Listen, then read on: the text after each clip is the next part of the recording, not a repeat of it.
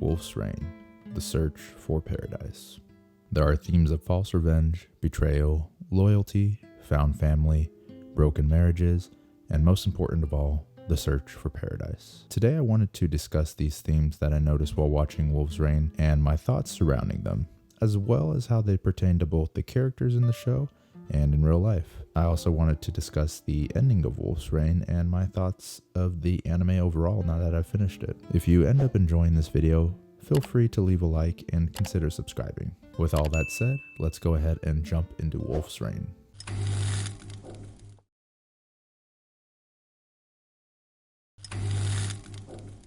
When watching any anime, each person will have their own interpretations of what they just witnessed. For me, when it comes to Wolf's Rain, this is what I personally got from the show.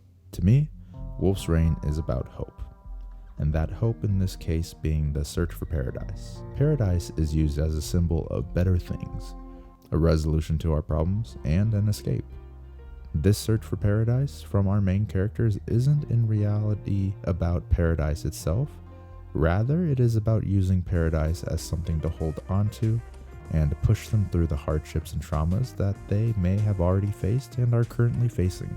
That is essentially what I got out of the show itself. And even with that, there are a few interpretations and things that can be looked at just from that explanation. For example, there are a few main themes that caught my eye. The first is the show itself being a critique on religion. The second being the idea behind Ouroboros and how that plays a part in the anime. And the third being the most cheesiest of ideas, being that home is where the heart is. Or in terms of the show, we search for paradise, when in reality the true paradise is the people that we surround ourselves with, that we love, and the experiences we have with them. These three things are what stuck out to me the most, so let's go ahead and discuss them further. For some people, they may see this show as a critique on religion. Now, whether you are religious or not, I at least feel as though religion is needed for some people to give them hope. Much like how the wolves in the show seek out paradise, the idea of an afterlife or a heaven is something that can help some people to keep moving forward in life rather than letting the weight of the world collapse on top of them. So we see throughout the show, no matter how bad things get, knowing that paradise can be found and is just within reach helps to drive our characters forward. In the same sense, when looking at religious undertones of the show, there are also characters who don't believe in paradise, and others that do but don't find themselves worthy enough to be welcomed into it. On that same aspect, there are also characters who have seized power in search for paradise and are using said power to torment the greater people or hurt others to get their way. In the aspect of religion, this can be seen as any religious zealot that may take control of a cult and do what needs to be done to get the power that they think that they deserve. To further strengthen the analogy the anime is putting in place in regards to religion, there are obvious devices used such as the Book of the Moon being a replacement for religious tomes, and having certain beings being both considered gods and demigods according to the mythos of the universe. Now, with all these religious undertones throughout the anime, what is it actually saying? I'm going to take this from two perspectives. One is the research perspective, the other is the moral perspective. In regards to the research, when I was trying to find out more about the inspirations that helped to create the show, I learned one thing. There is no consensus.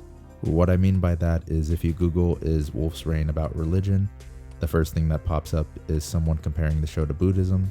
Then as I click into the very next article, someone's comparing it to Hinduism.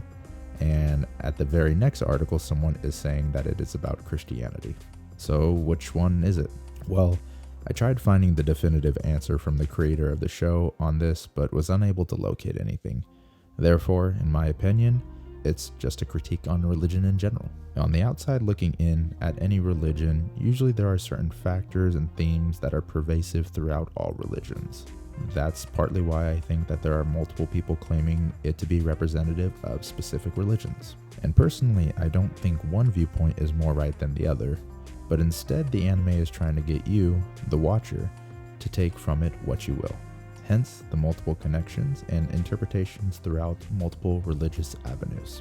Now, with all that being said, I think that Wolf's Rain isn't trying to formulate your idea on if religion is a good thing or not, but instead it's just trying to get you to think about it. Let's first look at how Wolf's Rain looks at religion in a positive light.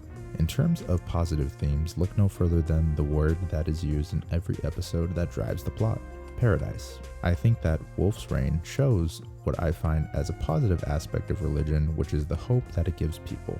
Much like I mentioned prior, I feel as though the biggest benefit religion has for the common people is providing them with hope. In the case of Christianity, since that is what I'm most familiar with as a Westerner, that hope is what is considered heaven in the afterlife. Religion is meant to keep you moving because the hardships that you have to go through in life are a test, and you will be rewarded for staying strong. Now, whether or not you believe that religion itself is true is besides the point. Sometimes people just need someone to tell them everything will be okay.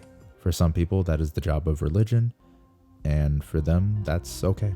Others who may not believe in religion may not need that type of encouragement and instead find it in different avenues. All of this being said, to point out that the idea of paradise is the same as the idea of hope that the characters can hold on to. In this world that has been created, these characters' species has been destroyed, discriminated against, and hunted, but despite all of this, they still have something to live for, that being the search for paradise. Now, not everything is positive in regards to religion in the show, and I believe that the creator decides to show this with different perspectives of our characters.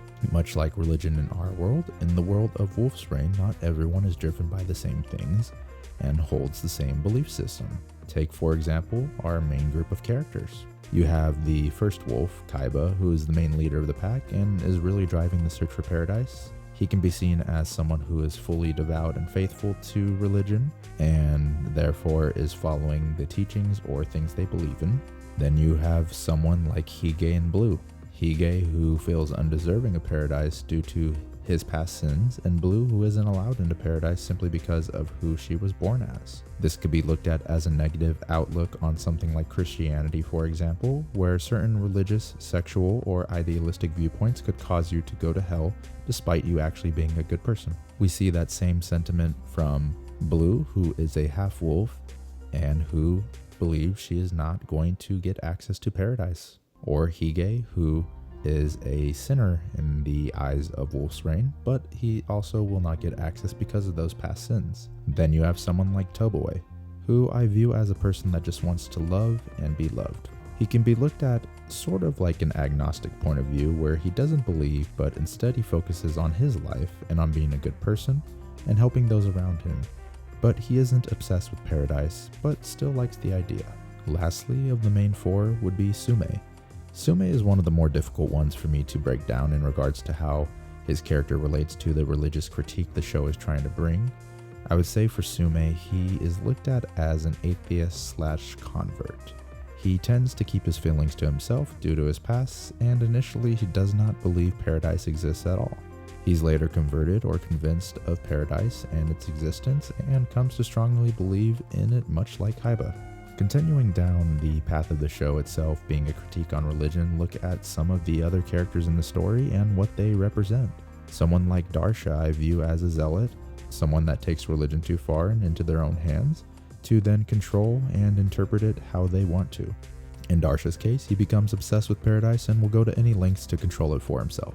It is first looked at to him like an avenue to save his dying wife, but after her death he then takes it as his only salvation, and he becomes twisted because of this. He represents the bad side of what religion can do and how it creates things like cults, extremist groups, and crusades. Then you look at someone like Cheza, who's seen as the Jesus-type-like figure. I'll refer to Christianity and Catholicism in this case because that's what I'm most familiar with, but you see her, however, going through life, blessing others around her, helping them for the better, and later in the show sacrificing herself for the greater good to save the world / reincarnate the world. And despite doing this and reincarnating the world, we see at the end the image of the lunar flower, pure and holy, but it is then tainted. That taint can be viewed as sin, which is always ever present despite the efforts that people go through to combat it. This is a familiar theme in multiple religions, even going back to the Greek gods and Pandora's box, where the world was pure until she opened the box and essentially unleashed sins. All of these things culminate to make a critique on religion in general. Now, whether you are religious or not, I think it lays credence to whatever viewpoint you want it to tell. Some may take it as a positive critique on religion, while others may take it as a negative critique. I think that is part of the beauty of the show itself. It doesn't tell you what it is saying, and instead lets you forge your own opinions on the matter. Now, we touched on the religious undertones of the entire show and spent quite some time on it, as I see it as one of the larger aspects of what the show has to say, but there are a few other things I wanted to talk about as well that I got from the show. The next one is the idea of Ouroboros. Ouroboros is a Gnostic and alchemic symbol that expresses the unity of all things material and spiritual, which never disappear but perpetually change from an eternal cycle of destruction and recreation. Now, this is a pretty obvious connection with the show, but we will discuss it anyways. Essentially, the mythos in the show is that this universe is a living Ouroboros, a constant cycle of destruction and recreation. We see this in the last episode where the planet is destroyed and then reborn from Cheza herself. Later, we see Kaiba in the new reincarnated world, as well as other wolves in the modern city. This is a commonly used trope in multiple stories, and one of my favorite stories to do this is the Wheel of Time series by Robert Jordan. Much like in Wolf's Rain, each spinning of the wheel is a new world and a retelling, and all of it leads to the destruction of the current world, only for it to be reborn and relived. There isn't much else to say about Ouroboros itself, but I thought it was a cool idea and a cool connection that I made when it came to viewing this anime. The final theme, and probably the most cheesy one I wanted to talk about in regards to the show, is what I call home is where the heart is. Now, I mentioned this, but this is also where I'm going to start to do my own theory crafting for the show, with probably no actual evidence to back anything. My theory is that the true paradise is that of the found family that Kaiba found in his search for the actual paradise. All of these wolves were outcasts, and they all banded together for different reasons, but under one cause: to find paradise. I find that the show is actually telling a tragedy, because Kaiba is too blinded to see this for himself. He is so determined to find his paradise that he doesn't see under his eyes the family he has, and he soon ends up losing them all before it's too late. He loses Tobue, Hige, Blue, and Sume, and they all sacrifice themselves for Kaiba and his dream of paradise. Yet, instead of paradise, the world is instead destroyed and reborn. My totally incorrect theory is that the world is going to keep getting destroyed and reborn in this constant chase for paradise because Kaiba refuses to see that the true paradise is the friends that he makes and living a happy life with them. Therefore, he will instead repeat a never-ending cycle of despair and suffering over and over, creating the Ouroboros, where it's a never-ending cycle of creation and destruction.